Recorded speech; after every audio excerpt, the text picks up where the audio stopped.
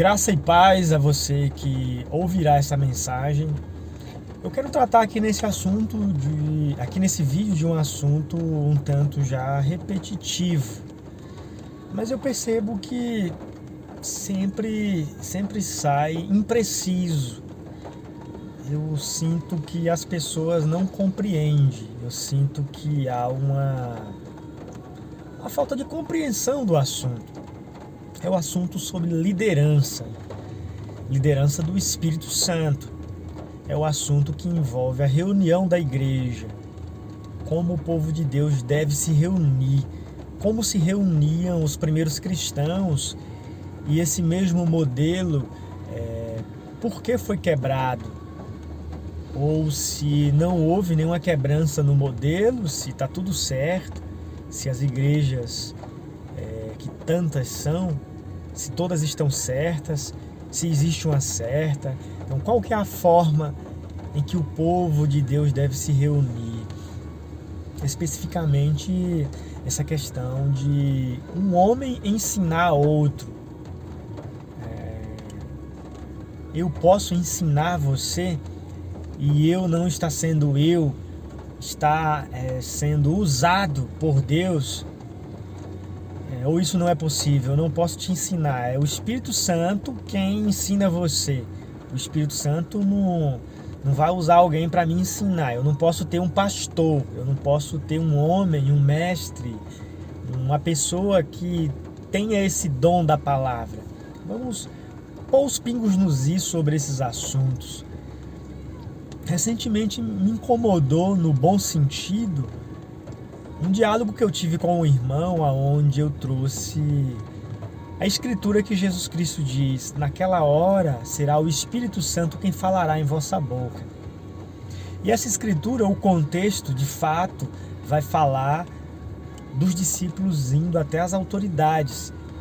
E o que Jesus estava dizendo é que eles não deveriam ter medo.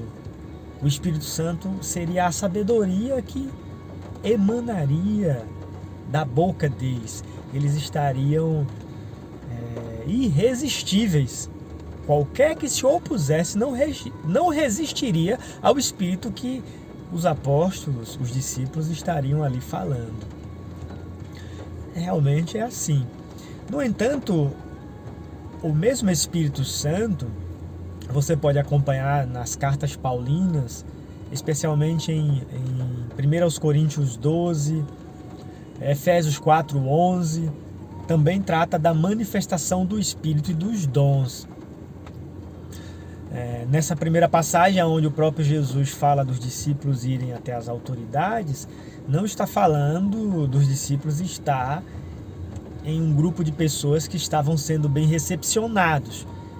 Evidentemente, eles estavam ali defendendo a fé, expressando-se com autoridade e sabedoria para outras autoridades, ou melhor, para autoridades ali secular, que estavam pedindo razão da fé deles, ou estavam, como aconteceu, levando eles a serem maltratados, torturados e até mortos.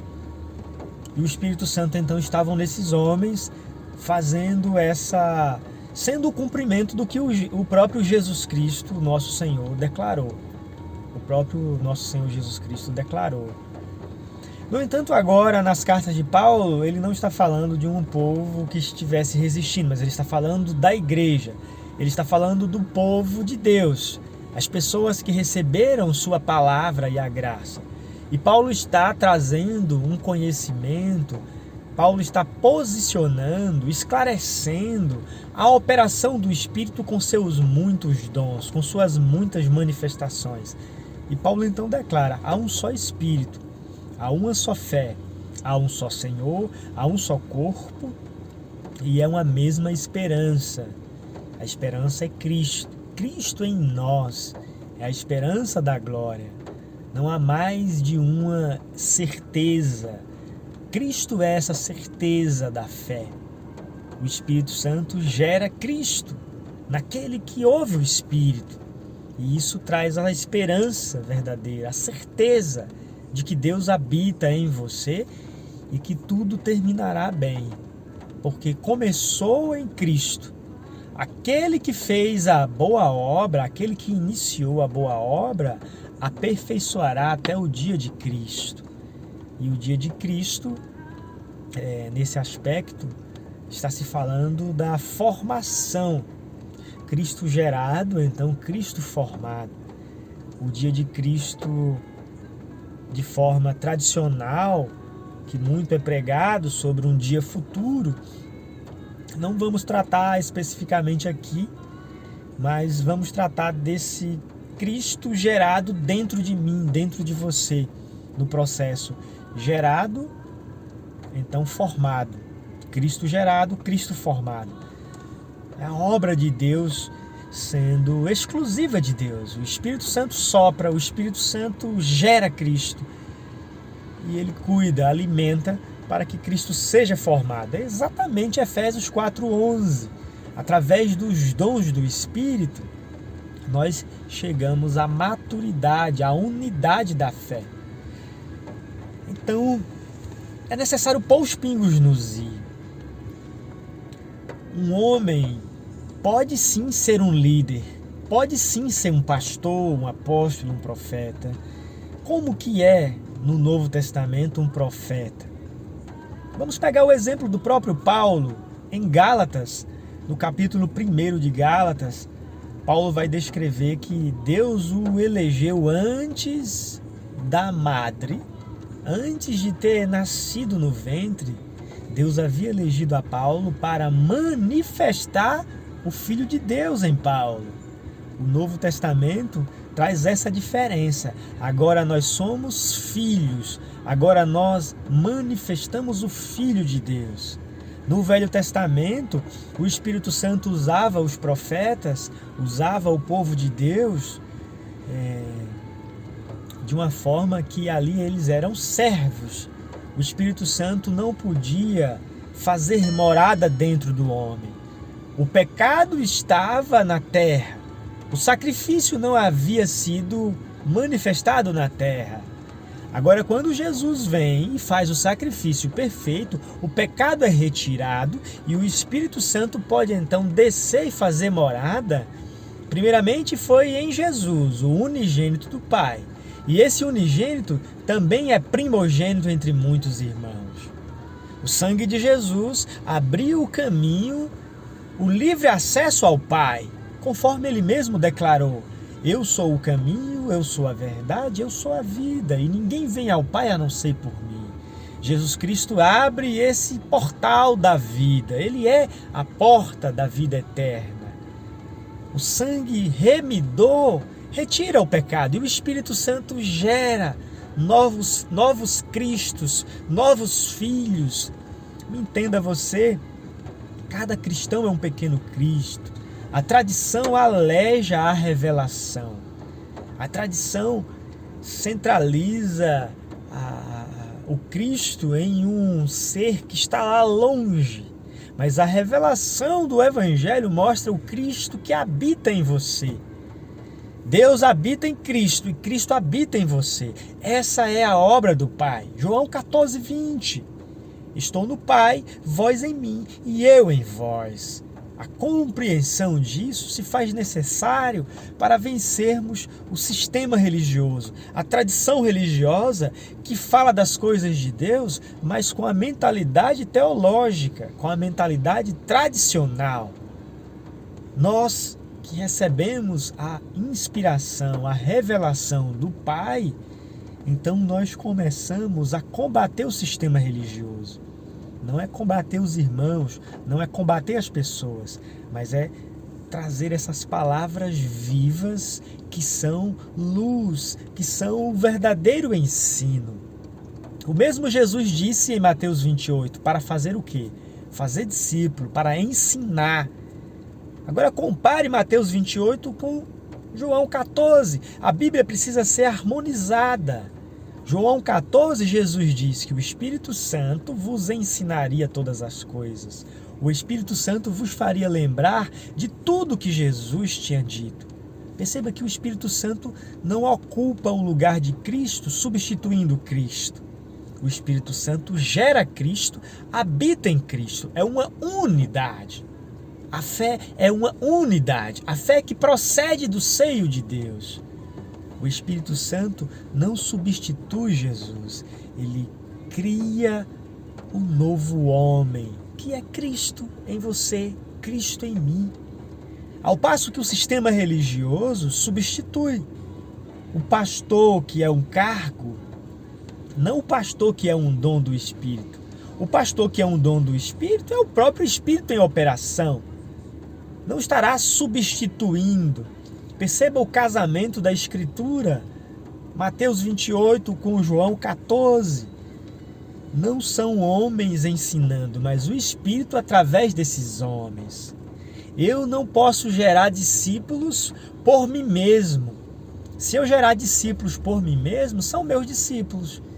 Então eu sou dos homens, eu sou da terra, eu sou terreno, eu sou de um sistema religioso, eu vou gerar membros de igreja, eu vou, usando a autoridade que a igreja me deu, eu me torno um pastor, um pregador e vou fazer membros para aquela denominação. Mas o reino de Deus não é assim. Se o Espírito de Deus me chamou para essa palavra, para eu ser um pregador do Espírito, um desses que Jesus comissionou a fazer discípulos, não sou eu por mim mesmo. A nossa capacidade não vem de nós, mas é o mesmo Espírito ministrando. E eu estou atrás. O Satanás fica atrás, o homem está atrás. Cristo é o falante, Cristo é o vivente, Cristo é manifestado, é Cristo em nós. O velho homem precisa estar atrás e desaparecer para sempre. Esse ministério que recebemos na nova aliança não é ministério humano, mas é o mesmo Espírito Santo ministrando. Hebreus 1, seguindo a leitura, indo até o 2, é lindíssimo falar disso. O Filho não passa. Os anjos, os profetas, todos os homens de Deus passam, mas o Filho permanece para sempre. E ali Paulo vai dizer uma palavra muito interessante. Ele vai dizer que dos seus ministros, falando dos anjos, são ministros em favor daqueles que hão de herdar salvação. Perceba, é necessário ter uma compreensão espiritual disso. Ministros da salvação. Ele fez dos seus anjos ministradores da salvação. Isso é o mesmo assunto de Efésios 4:11. Não era Paulo, era Jesus em Paulo. Atos dos Apóstolos não é Atos dos Apóstolos, mas é Atos do Espírito Santo através dos apóstolos. Um homem não salva outro homem, mas Cristo nesse homem é o Evangelho vivo. Eu vos gerei em Cristo, eu vos gerei pelo Evangelho. O Evangelho é poder de Deus para a salvação de todo aquele que crê. Cristo está vivo. Cristo está em um corpo de crentes. De uma vez por todas, vamos compreender esse assunto. Se você escuta isso e você diz, isso é interessante, isso é bom. Mas perceba, a gente está num tempo de muito isolamento, individualidade. Os próprios casamentos estão em grandes crises. Dentro da própria casa, o mundo está tão mal, as pessoas não estão querendo estarem juntas. E então, dentro do sistema religioso, há uma falsa reunião. O sistema religioso se reúne de uma forma escancaradamente hipócrita. O interesse não é evangelho. No entanto, toda essa hipocrisia está falando de uma só verdade. Aonde estiver 2 ou 3 reunidos em meu nome, eu estarei presente. Todo homem que recebe o Espírito de Cristo amará se reunir com as pessoas. Entenda que se você está no Espírito, você até pode ir para o deserto, mas não é para ficar lá para sempre.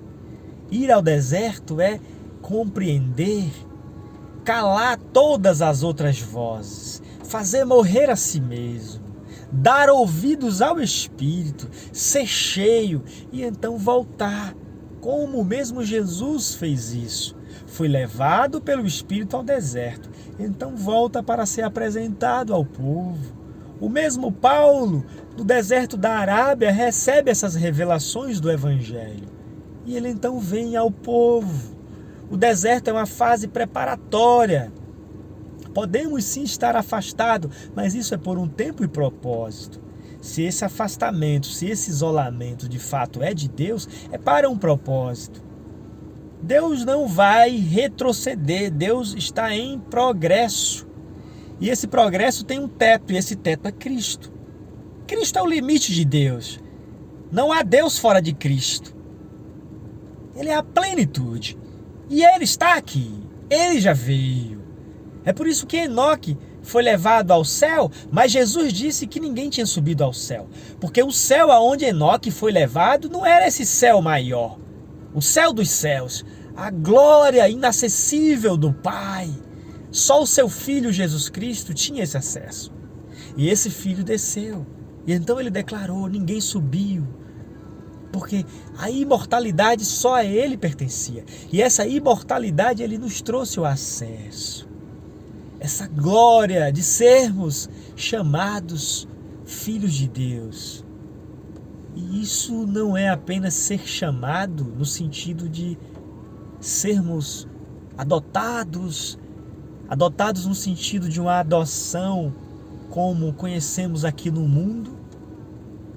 A adoção em Israel, adotava-se o próprio filho. A adoção representava a maturidade, o tempo do filho ser manifesto. Essa é a mesma lógica da fé. Você de fato é gerado das entranhas de Deus. É o Espírito Santo quem te gerou a nova criatura. Não é um membro de uma religião. Não é um membro morto de igreja. Mas é uma nova criatura celestial manifestando o Cristo vivo, manifestando o reino inabalável, fazendo parte dessa Assembleia Universal dos Primogênitos. E agora observe a passagem lá em João, provavelmente João 12, Pedro diz, para quem iremos nós? Se da tua boca emana as palavras de vida eterna. Eu pergunto a você, aonde, para quem iremos? Você quer ir para onde? Qual é a boca que está emanando as palavras de vida eterna? É a minha boca? É a boca da Igreja Católica? É a boca da Igreja Protestante? De qual delas? Continua sendo a única boca de Deus. O Verbo. Agora, onde o Verbo está? Se o Verbo esteve só naquele homem chamado Jesus, a salvação então acabou. Só foi para aqueles. Porque segundo a carne não há nenhum Jesus segundo a carne aqui. O que há são outras carnes, são outros homens, são outras pessoas que receberam o mesmo Verbo. O mesmo Pedro que declarou para quem iremos nós. Porque as palavras de vida eterna emanam da tua boca. Isso se transferiu para Pedro. Em Atos capítulo 2, essa boca de Deus estava em Pedro. E isso segue. Isso está aqui hoje. Para onde você irá? Se uma jumenta na esquina tivesse proclamando o evangelho, você iria declarar, para quem iremos nós? Se as palavras de vida eterna saem da tua boca. A jumenta estava sendo só um instrumento, mas a boca de Deus estaria sendo o verbo naquela jumenta. Esse grande mistério oculto aos olhos dos sábios e entendidos está plenamente revelado aos pequeninos do Pai. Qual é o mistério? Cristo em vós. Não é um sétimo anjo que revelaria isso no futuro. O futuro de Deus é Cristo, a plenitude da divindade Ele é. E está inteiramente, completamente manifestada aos seus santos. E essa sequência continua enquanto houver mundo, enquanto houver tempo. A salvação é captar, conectar-se ao Espírito que está fora do tempo. Esse Espírito está fora do tempo, ele entra no tempo para salvar esses que estão no tempo, para salvar esses que estão na carne. Ai de vós que habitam na terra, o diabo desceu até vós com grande ira. Que diabo é esse? Que terra é essa que o diabo desceu? Não é o planeta Terra, não é um diabo mitológico, mas é a falta da presença de Deus. A terra somos nossos corpos. O diabo, a morte está aqui nesses corpos terrenos. Satanás é essa mentalidade humana. Satanás é a mente humana. Porque isso é uma sombra. Isso está atrás de Deus. Isso fica para trás. Mas entre em Cristo. Ouça o som. Por um Espírito somos batizados, formando um corpo. Então, em Cristo Jesus, não há nenhuma condenação. Se você alega estar em Cristo Jesus, e por que está vivendo ainda o velho homem? Se de fato está você em Cristo Jesus, há ainda sim uma tolerância do velho homem viver, mas com os dias contados. Esse velho homem não prevalecerá. Cristo não será só gerado. Ele gerou. Ele começou a boa obra e ele termina, ele completa, ele aperfeiçoa até a estatura completa, que é o dia de Cristo. Deus em plenitude num homem chamado Jesus. Deus em plenitude no corpo de crente chamado igreja.